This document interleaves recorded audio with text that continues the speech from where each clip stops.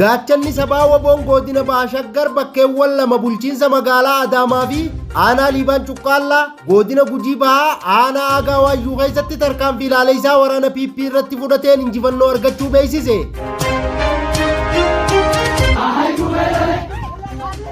Waboon zoonii kaaba Oromiyaa miseensota haaraa yeroo dheeraaf leenjii waraanaa fi siyaasaa fudhataa turan eebbisuun gara hojiitti aanutti bobbaasuu beeksise. Godina Harargee Bahaa aanaa Malkaa Balloo keessatti waraanni mootummaa naftanyaa bilchiginnaa PP ijoollee barattootaa 3 mana hidhaatti darbatanii akka malee reebaa jiraachuu himan. Godina Lixa Shaggar Abbunnaa Gindabarat keessatti waraanni mootummaa naftanyaa bilchiginnaa PP loowwan hawaasa nagaa saamaa jiraachuu himan. Hagayya 8,2026 shamaa harka fuune hordoftoota miidiyaa walabummaa Oromiyaa kanneen hangafoota oduutii bal'ina oduutiif hangadhuma sagantaa keenyaatti naa waliin turaan afeerraa kooti.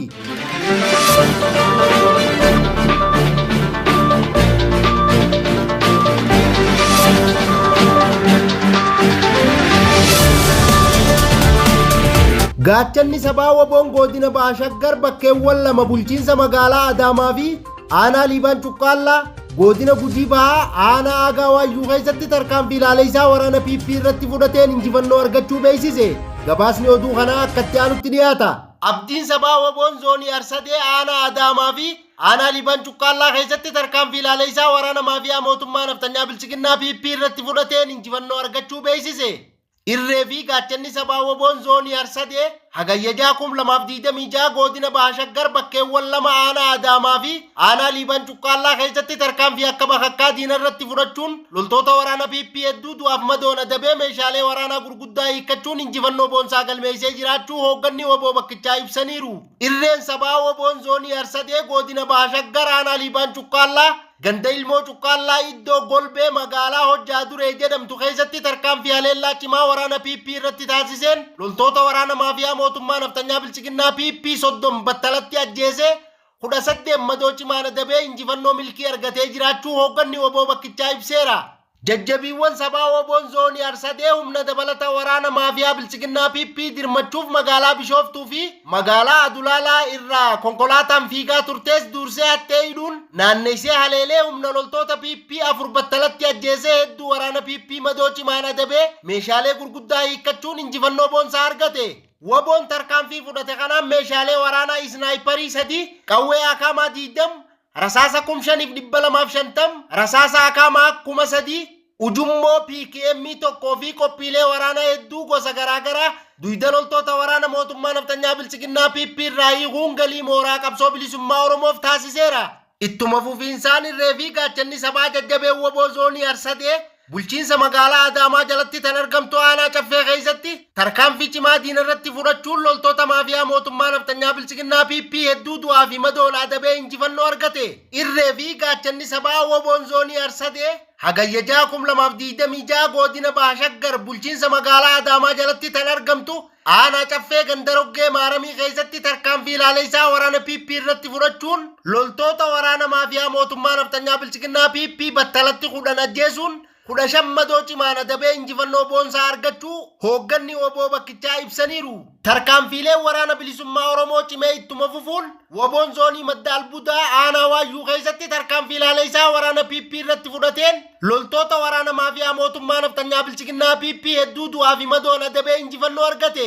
Irree fi gaachanni sabaa waboon zoonii madda albuudaa hagayya 2026 godina Gujii Bahaa aanaa Aagaa Waayyuu ganda mallayyaa keessatti tarkaanfii ilaalcha waraana PP irratti fudhachuun loltoota waraana maafiyaa mootummaa naftanyaa bilchiginnaa PP battalatti 15 ajjeesee 28 madoo cimaan adabee milishaa tokkos harkaan qabee booji'uun injifannoo boonsaa galmeessee jiraachuu ajajaan waboo bakkichaa ibsaniiru.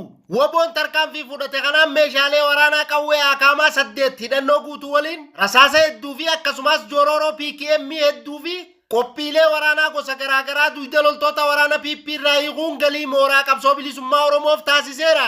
Tarkaanfiin waraanni bilisummaa Oromoo kutaalee Oromiyaa cufa keessatti diina ilmaan Oromoo ta'an irratti fudhatu daran cimee itti fufa. Injifannoon uummata Oromoof Oromiyaan biyya. Godina Harargee Bahaa aanaa Malkaa Balloo keessatti waraanni mootummaa naftanyaa bilchiginnaa PP ijoollee barattootaa 3 mana hidhaatti darbatanii akka malee reebaa jiraachuu himan. bal'ina oduutiif jaal duniyaa waan qindeeffatte qabdi. Godina Harargee Bahaanaa Malkaa Balloo keessatti waraanni mootummaa naftanyaa Biltsiginnaa PP ijoollee barattoota namoota 3 mana hidhatti darbachuun hiraarsaa jiraachuu jiraattonni miidiyaa walabummaa Oromiyaaf gabaasaniiru.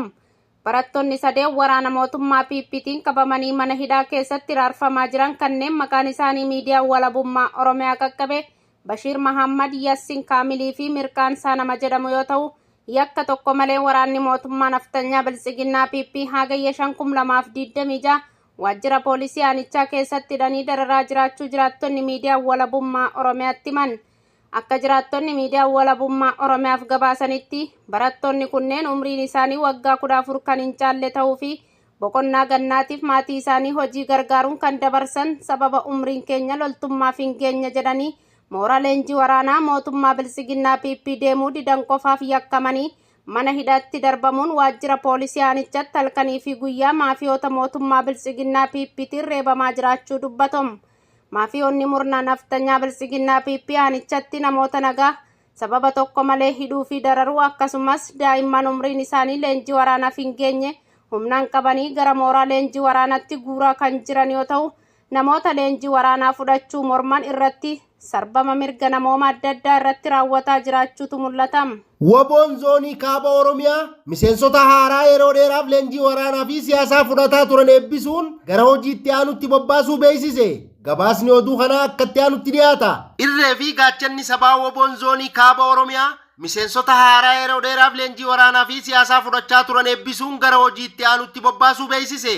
Akka gabaasa hoogganaa woboo zoonicharraa argametti sirni eebbichaa mooraa leenjii woboo keessatti sirna bal'aa fi sagantaan kan qophaa'ee geggeeffame yoo ta'u, sirnicharratti hooggantoonni woboo zoonichaa, leenjistoonnii fi miseensonni woboo argamaniiru. Kaadhimamtoonni eebbifaman yeroo leenjii isaanii keessatti ogummaa waraanaa qofa osoo hin taane naamusa loltummaa, tarsiimoo hojii waraanaa, mala hooggansa dirree akkasumas hubannoo siyaasaa fi kaayyoo qabsoo irratti leenjii bal'aa fudhataniiru.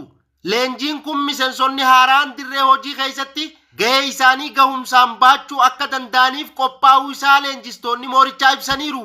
Sirna eebbaa kanarratti hooggantoonni zoonichaa ergaa dabarsaniin jabina jaarmee tokkoo kan murteessu maqaa qofaan osoo hin taane kaayyoo fi akeeka isaa hojii qabatamaa fi tarsiimoo itti fufiinsa qabuun hojiirra oolchuu isaatiin ta'uu irratti kan xiyyeeffatudha jechuun dhaamsa dabarsaniiru. Akka isaan ibsanitti hojii dhaabaa haala walirraa hin cinneen geggeessuun cimina ijaarsaa, tokkummaa miseensotaa fi kutannoo hooggansaa kan calaqqisu ta'uu simaniiru. Haasawa sirnicharratti taasifaman keessatti miseensonni haaraan naamusa loltummaa eeguun amanamummaa fi itti gaafatamummaa olaanaadhaan hojii isaanii akka raawwatan jechuun dhaamsi guddaan dabreera. Ummata waliin walitti dhufeenya gaarii uumanii hojii isaanii keessatti seera naamusaa eeguun akka socho'an waamichi dhiyaatee jiraachuu itti dabaluun ibsaniiru. Leenjistoonni moorichaa gama isaaniitiin akka jedhanitti leenjii yeroo dheeraa kun humna dirree keessatti hojii gahumsaan raawwachuu danda'u ijaaruuf qophaa'e keessaa isa tokko ta'uu ibsanii miseensonni eebbifaman beekumsaa fi ogummaa yeroo leenjii keessatti argatan hojii isaanii keessatti akka mul'isan jechuun dhaamaniiru. Leenjistoonni gama isaaniitiin Oromoo fi Oromiyaaf jecha lafee hedduun caccabuu fi lubbuu hedduun ba'uu yaadachiisuun dhugaa waan qabnuuf abdii guutuun falmanneen mo'annaa biyya keenyaas ni tiifanna jechuun yaada yaaddoo cabse sodaa mancaasuun sagalee isaanii dhageessisuun onnee isaaniirraa dubbataniiru. Namaa fi lafa ofiitiif jecha dhiigni dhangala'aa turee fi dhangala'aa jiru bifa qoosaan salphifamee ilaalamuu akka hin qabne kan dhaaman yoo ta'u, hawaasni Oromoo xiqqaa hanga guddaatti Oromiyaa biyya ofii tiifachuuf shakkii tokko malee daandii haqaarra imaluun galma kaayyoo dhugaa milkeessuuf ciniinnachuun kutannoo fi murannoo guddaa agarsiisaniiru. Dhaadannoo fi dhaamsa dhama qabu gurguddaa dabarsaniin jechoota kanneen dhalootaaf ka'umsa ta'uu fi abdii namatti horan dubbachuun jaallan qabsoo bilisummaa biyya keessaa fi ala jiran akka jajjabaatan dhaamaniiru. Sirni eebbichaa ergaa baga gammaddanii fi hojii fuulduraa irratti milkaa'ina guddaa hawwuun xumuramuun isaa kan ibsame yoo ta'u, mooraan leenjii woboo zoonii kaaba Oromiyaa gara fuulduraattis hojii ijaarsa humna waraanaa fi siyaasaa cimsuuf leenjiilee garaagaraa itti fufuun kennuuf karoorfachuu isaa qondaalonni zoonichaa ibsaniiru. Godina lixa shaggar abbunnaa gindabarat keessatti waraanni mootummaa naftanyaa Biltsiginnaa PP loowwan hawaasa nagaa saamaa jiraachuu himan. bal'ina oduutiif jaal duniyaa waan qindeeffatte qabdi. Godina lixa shaggaraa Buunaa Ginda Barat ganda Garbii Golee keessatti waraanni mootummaa naftanyaa Biltsiginnaa PP hagayyaa 2026 loowwan jiraattotaa saamanii deemuu jiraattonni miidiyaa walabummaa Oromiyaatti himan. Namoota hojii qonnaa irratti bobba'uun jiraatanii akka malee loowwan isaanii saamuu kan himan jiraattonni waraanni mootummaa PP saamicha hawaasa nagaa irratti raawwataa jiran daran hammaachuus itti dabaluun eeraniiru.